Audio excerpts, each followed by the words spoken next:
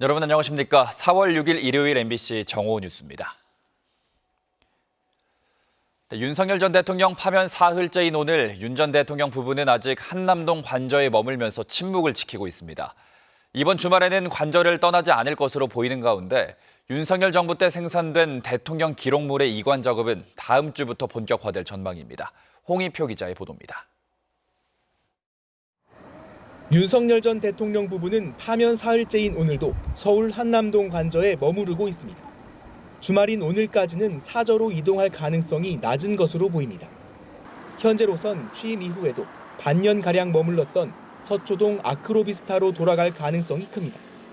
대통령 경호처는 관저 퇴거와 관련해 아직 어떤 공지도 받은 게 없다고 밝혔는데 구체적인 계획이 확정되더라도 경호 조치 등을 점검해야 하기 때문에 윤 전 대통령 부부의 퇴거는 빨라도 다음 주가 될 전망입니다. 이에 따라 파면 결정 사흘 만에 청와대에서 나왔던 박근혜 전 대통령 때보다는 시간이 더 걸릴 것으로 보입니다. 대통령실은 윤 전 대통령 파면 이후 줄곧 침묵을 유지하고 있습니다. 평상시 일요일 오후마다 정진석 대통령 비서실장 주재로 열리던 수석 비서관 회의도 오늘은 없을 예정입니다. 사실상 업무를 중단하고 조직 정리 수순에 들어간 모양새인데 윤석열 정부가 생산한 대통령 기록물의 이관 작업도 다음 주부터는 본격화될 전망입니다. 행정안전부 대통령 기록관은 이르면 내일부터 대통령 기록물 생산기관을 차례로 방문해 이관 대상 기록물 현황 파악에 나섭니다. 현장 점검 대상은 대통령 비서실과 국가안보실, 경호처와 민주평화통일자문회의 같은 대통령 자문기관 등 모두 28곳입니다. 점검 대상이 많은 만큼 대통령 직무를 보좌한 대통령 비서실과 국가안보실 등이 우선 점검 대상이 될 것으로 보입니다. MBC 뉴스 홍희표입니다. 윤석열 전 대통령 파면으로 이제 조기 대선이 60일 안으로 다가왔습니다. 국회는 이번 주말 숨고르기를 마치고 본격적인 대선 국면에 들어가게 되는데요. 더불어민주당과 조국혁신당 등 민주진영은 당 조직을 정비하는 등 대선 채비에 들어갔고 당 수습이 시급한 국민의힘은 중진회의와 비상의원총회를 잇따라 열고 향후 대응 방안을 논의합니다. 정상빈 기자 관련 내용 전해주시죠. 네, 기염 이후 넉 달 동안 탄핵 국면을 이끌어온 더불어민주당은 주말 내내 차분한 분위기 속에서 다가올 대선 준비를 하고 있습니다. 이재명 대표는 어제에 이어 오늘도 공식 일정 없이 자택에서 휴식을 취하며 대선과 캠프 구상에 몰두하고 있는 것으로 전해졌습니다. 대통령 선거는 파면 뒤 60일 안에 치러야 하는데 대통령 권한대행 한덕수 국무총리는 모레 대선 일정을 확정할 것으로 예상됩니다. 민주당은 대통령 선거일이 결정되는 대로 당 조직을 대선 체제로 전환해 대통령 선거 후보자 선출을 위한 경선 일정을 확정할 계획입니다. 지난 2022년에 이어 3년 만에 대권에 재도전하는 이재명 대표는 선거 일정이 확정되면 대표직에서 물러날 예정입니다. 당내 비명계 주자들의 움직임도 구체화되고 있습니다. 김두관 전 경남지사가 가장 먼저 나서서 내일 대권 도전 선언을 예고했고 김동연 경기지사와 김경수 전 경남지사도 대선 일정 확정 이후 출사표를 던질 것으로 보입니다. 조국혁신당은 기자 간담회를 열고 민주진보 진영의 압도적인 승리가 필요하다며 민주당을 향해 모든 야권 정당의 대선 후보가 참여하는 오픈 프라이머리 완전 국민 경선을 치르자고 거듭 제안했습니다. 윤 전 대통령 파면 직후 당 운영 방향에 대해 뚜렷한 결론을 내지 못한 국민의힘은 오늘 다시 소속 의원 전원이 모여 회의를 개최합니다. 의원총회에서는 60일이 채 남지 않은 대통령 선거 대응 전략과 후보 선출을 위한 경선 방식, 일정 등에 대한 의견이 오갈 것으로 보입니다. 무엇보다 파면된 윤 전 대통령과 당의 관계 설정에 대한 격론이 벌어질 것으로 예상됩니다. 의총에 앞서 지도부는 당내 중진들과 모여 당 수습 방안과 대선 전략에 대해 머리를 맞댈 예정입니다. 국민의힘 대권 점령들도 빨라진 대선 시기에 맞춰 출마 전 몸풀기에 나섰습니다. 홍준표 대구시장은 이번 주 두 건의 서적 출간과 퇴임 인사 등을 예고하며 사실상 대선 출마를 공식화했고 김문수 고용노동부 장관은 나라가 이렇게 가서는 안 되지 않느냐며 대권 도전 가능성을 시사했습니다. 한동훈 전 대표도 조만간 공식 대권 도전을 선언할 것으로 보입니다. 한편 우원식 국회의장은 오늘 오후 국민과 정치권을 향해 대선 전 개헌 필요성을 강조하는 기자회견을 열 계획입니다. 지금까지 국회에서 전해드렸습니다. 윤석열 전 대통령 임기 동안의 경기 흐름을 나타내는 경기 동행지수가 하락한 것으로 나타났습니다. 특히 지난해 12월 불법 비상계엄 이후 임기 중 최저치를 기록했습니다. 정혜인 기자입니다. 올해 1월 경기동행지수 순환변동치는 98.4로 전달보다 0.4포인트 하락했습니다. 이는 윤석열 전 대통령이 취임한 지난 2022년 5월 이후 가장 낮은 수준입니다. 석 달 연속 하락세가 이어진 건데 경기 하향 국면이 계속되고 있다는 뜻입니다. 경기 동행지수는 현재의 경기 흐름을 종합적으로 보여주는 것으로 소매 판매, 서비스업 생산, 관공업 등 7개 지표로 구성됩니다. 이 지수는 윤 전 대통령의 취임 초 정점을 찍고 하락하기 시작한 뒤 임기 내내 제대로 반등하지 못했습니다. 해당 지수는 코로나19 때인 2020년 5월 96.3으로 바닥을 찍은 뒤 오르다가 2022년 9월을 기점으로 하락 전환했습니다. 윤 전 대통령의 취임 뒤 반년도 되지 않아 경기가 내리막길로 돌아선 겁니다. 당시 주요 이유는 반도체 불황이었습니다. 동행지수 구성지표인 관공업 생산지수가 2022년 4월부터 내리기 시작해 추세는 다음해 2월까지 11개월 동안 이어졌습니다. 이번에는 내수 부진이 문제였습니다.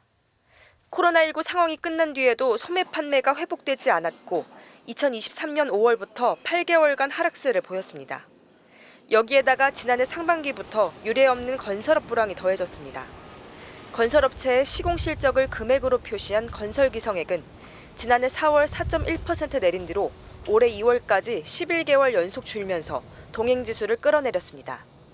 결정적으로 지난해 12월 비상계엄 사태로 정치적 혼란이 정점에 달해 경기 하락세는 더욱 뚜렷해졌습니다. 지난해 10월 99를 웃돌았던 동행지수는 석 달 동안 0.9포인트 뚝 떨어져 올해 1월 임기 내 최저점을 기록했습니다. 정부 관계자는 해당 지수가 2022년 9월을 기점으로 최근까지 하향하는 추세라며 2월 소폭 올랐지만 앞으로 더 지켜봐야 한다고 설명했습니다. MBC 뉴스 정혜인입니다. 헌법재판소의 윤석열 전 대통령 파면 결정에 반발해 경찰 버스를 파손한 남성에 대한 구속 여부가 이르면 오늘 결정됩니다. 지난 4일 헌법재판소가 윤 전 대통령 탄핵을 인용한 직후 경찰 버스 유리창을 곤봉으로 부순 20대 남성에 대한 영장실질심사가 오늘 오후 서울중앙지법에서 열릴 예정입니다. 이 남성은 범행 직후 자리를 떠났지만 10분 만에 경찰에 체포됐고 경찰은 어제 남성에 대한 구속영장을 신청했습니다. 윤석열 전 대통령이 파면되면서 서울 한남동 관저를 떠나 서초동 아크로비스타로 거처를 옮길 가능성이 높아 보이는데요. 전직 대통령들처럼 단독주택이 아닌 공동주택이라서 경호 문제와 주민 불편 등이 우려됩니다. 고재민 기자가 보도합니다. 윤석열 전 대통령이 살았던 서울 서초동 아크로비스타 아파트. 인근엔 대통령의 직무 복귀를 응원하는 현수막이 비에 젖은 채 걸려 있습니다. 응원과 달리 윤 전 대통령은 대통령실이 아닌 이곳 아크로비스타에 복귀할 처지가 됐습니다. 지난 2017년 파면된 박근혜 전 대통령은 이틀 뒤 청와대를 비우고 원래 살던 삼성동 사저로 거처를 옮겼습니다. 높은 건물들에 둘러싸여 있어 경호는 쉽지 않았고 급히 옮기면서 경호원들이 머물 경호동도 미처 마련하지 못한 상태였습니다. 박근혜를 구속하라! 경호는 어려운 마당에 지지와 반대 집회가 연일 이어지며 주민 불편까지 커지자 결국 박 전 대통령은 한 달여 뒤 상대적으로 한적한 내곡동으로 다시 거처를 옮겼습니다.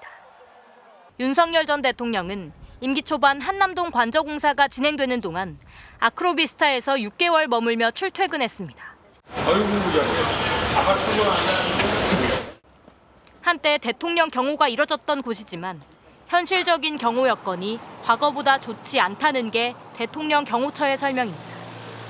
대통령 땐 아파트 전체를 특별 경호구역으로 선포했지만 파면 뒤 경호 인력이 25명으로 줄어 예전 같은 경호구역 지정은 무리입니다. 경호동을 구하는 것도 마땅치 않아 임시 시설물이나 대형 버스 이용을 검토해야 할 정도입니다. 또 지지자나 유튜버가 몰려올 수도 있습니다. 대통령을 배출했다며 떠들썩했던 주민들 분위기도 예전과는 사뭇 달라졌습니다. 그런데 그냥 유튜브들이라도 안 오면 좋은데 여기는 경호하기도 힘들고 그러는데 굳이 왜 일로 올래나. 박근혜 전 대통령의 전례대로 윤 전 대통령이 아크로비스타를 거친 뒤 경호가 용이하고 주민 불편도 적은 제3의 장소를 찾을 거란 전망이 벌써부터 나옵니다. MBC 뉴스 고재민입니다. 윤석열 전 대통령에 대한 헌법재판은 파면으로 결론이 났지만 자연인 윤석열에 대한 내란죄 형사재판은 이제 본격 시작됩니다. 헌재가 곽종근 전 특전사령관 등의 핵심 증언을 사실로 인정한 게 어떤 영향을 미칠지 주목됩니다. 박솔립 기자입니다. 헌법재판소는 선고에서 곽종근 전 특정사령관이 헌재의 증인으로 나와 했던 말을 거의 그대로 읽었습니다. 신빙성이 있다고 판단한 겁니다. 피청구인은 육군, 특수전 사령관 등에게 의결 정족수가 채워지지 않은 것 같으니 문을 부수고 들어가서 안에 있는 인원들을 끄집어내라는 등의 지시를 하였습니다. 이뿐만 아닙니다. 헌재는 윤 대통령이 국회에 군을 투입하고 위헌 위법적 포고령을 발효하고 선관위를 불법 압수수색하고 정치인과 법조인에 대해 체포를 목적으로 한 위치 확인에 관여했다고 봤습니다. 모두 윤 전 대통령의 내란 우두머리 혐의 공소장에도 나와 있는 내용입니다. 윤 전 대통령의 범죄 혐의를 구성하는 주요 사실관계들이 헌재에서 한 차례 인정을 받은 셈입니다. 하지만 징계 절차인 탄핵 재판에 비해 형벌을 다루는 형사 재판의 사실관계 입증 정도가 훨씬 까다로운 만큼 대통령직 파면이 형사 재판 유죄로 반드시 이어지는 건 아닙니다. 형사재판에서는 합리적인 의심의 여지가 없을 정도로 입증을 해야 되기 때문에 탄핵 재판과 형사 재판의 결론이 달라질 수도 있습니다. 두 차례의 공판 준비 기일을 거친 윤 전 대통령 내란죄 공판은 오는 14일 본격 시작됩니다. 형사재판은 피고인 출석 의무가 있어 윤 대통령은 앞으로 반드시 재판에 나와야 합니다. MBC 뉴스 박솔립입니다. 한국 사회가 윤석열 전 대통령의 계엄령에 대처하는 과정에서 민주주의 회복력을 입증했다는 외신의 평가가 나왔습니다. 뉴욕타임스는 5일 한국 민주주의가 무모한 지도자를 이긴 방식이라는 제목의 기사에서 지난 4개월간 한국 민주주의의 취약점과 회복력이 동시에 드러났다고 분석했습니다. 특히 군대의 국회 진입을 시민들이 맨손으로 막아서 국회가 계엄 해제 투표를 할 시간을 벌었고 헌법재판소가 만장일치로 대통령을 파면하는 과정에서 한국 민주주의가 원상 회복력을 보여줬다고 설명했습니다. 탄핵 반대 집회 참가자들이 파면 선고 이후 결정에 승복할지 불복할지를 두고 이제 서로를 겨누고 있습니다. 주말 광화문 집회를 연 전광훈 목사는 불복을 선언하며 헌법재판소를 맹비난했고 여의도 집회를 열어온 손현보 목사와 전한길 씨는 승복하겠다고 했습니다. 조기 대선을 앞두고 극우 세력들 간의 주도권 싸움이 본격화됐다는 해석이 나옵니다. 이혜선 기자의 보도입니다. 서울 광화문에서 탄핵 반대 집회를 열어온 윤석열 전 대통령 지지자들은 파면 선고 이후 헌법재판소를 겨냥했습니다. 헌재를 해산하라! 해산하라! 해산하라! 전광훈 목사도 거친 발언을 반복하며 불복을 거듭 부추겼습니다. 헌법재판소는 국민 저항권으로 해체시켜야 되는 것입니다. 헌법재판관들이요, 저것들은 한 방에 날려야 되는 것입니다. 보수 성향으로 분류해온 일부 헌법재판관들에 대한 비난도 쏟아졌는데 특히 광화문과 여의도로 나눠 각각 탄핵 반대 집회를 열어온 기독교 단체 측이 집중 표적이 됐습니다. 소년부를 때려잡자! 야, 이 전한길 이 강사야! 뭐? 탄핵 파면한 것을 받아들인다고? 이 달강도들아! 손현보 목사가 이끄는 세이브 코리아는 앞서 파면 선고 직후 결정을 받아들인다며 여의도 집회를 취소했습니다. 부정선거 등 근거 없는 음모론으로 윤 전 대통령을 지지해온 전한길 씨도 승복을 선언했습니다. 저와 같은 뜻이었던 분들께 탄핵 선고 결과에 대해서 같이 승복 결과를 받아들이기를 부탁드립니다. 윤 전 대통령 지지자들이 탄핵 승복과 불복으로 갈라져 서로를 겨누게 된 건데 조기 대선을 앞두고 주도권 싸움이 본격화됐다는 해석이 나옵니다. 세력 확장을 위해 상대를 코인파리로 비난하면서 헌금을 꼬드기는 모습도 엿보였습니다. 전광훈 목사님 힘내시라고. 우리는 정말 믿음으로 이겼다고. 그렇게 해서 감사 헌금을 오늘만큼은 진짜 더 드려주셔야 돼. 다만 헌법재판소의 만장일치 결정으로 탄핵 반대의 명분이 사라지면서 집회 참가자 수는 이전보다 크게 줄었고 대통령 관저 앞도 종일 잠잠한 분위기였습니다. MBC 뉴스 이혜선입니다. 도널드 트럼프 미국 대통령의 관세 정책 등 일방적인 국정 운영에 반대하는 시위가 현지 시간 5일 미국 전역에서 벌어졌습니다. 민권단체, 노동조합, 참전용사단체 등 150여 개 민간단체는 공무원 감축과 보건예산 삭감, 관세 정책, 러시아에 대한 유화 정책 등에 반발했습니다. 시위 참가자들은 또 트럼프와 함께 공무원 감축을 주도하는 일론 머스크에게 왕은 없다, 행정부가 법을 만들 순 없다 등의 구호를 외쳤습니다. 어젠 봄비가 흠뻑 내렸는데요. 오늘은 하늘이 다시 맑아졌습니다. 공기도 깨끗합니다. 조금 전 서울 석촌호수의 모습을 보시면 서서히 분홍빛 벚꽃이 물들고 있고요. 서울의 미세먼지 농도 좋음 수준 가리키고 있습니다. 다소 쌀쌀했던 어제와는 달리 오늘은 기온이 더 오르겠습니다. 오늘 서울의 낮 기온 15도로 예년 수준을 회복하겠고요. 내일과 모레는 20도 가까이 올라서 한결 더 포근해지겠습니다. 다만 해가 지고 나면 금세 쌀쌀해지니까요. 큰 일교차 대비는 계속해서 잘해주셔야겠습니다. 오늘 전국 하늘 대체로 맑겠는데요. 대부분 지역에서 봄바람이 강하게 불겠습니다. 한낮 기온은 서울이 15도, 광주 19도, 대구 20도까지 오르겠습니다. 다음 주 대체로 맑다가 목요일쯤 전국에 또 봄비가 내릴 전망입니다. 날씨였습니다.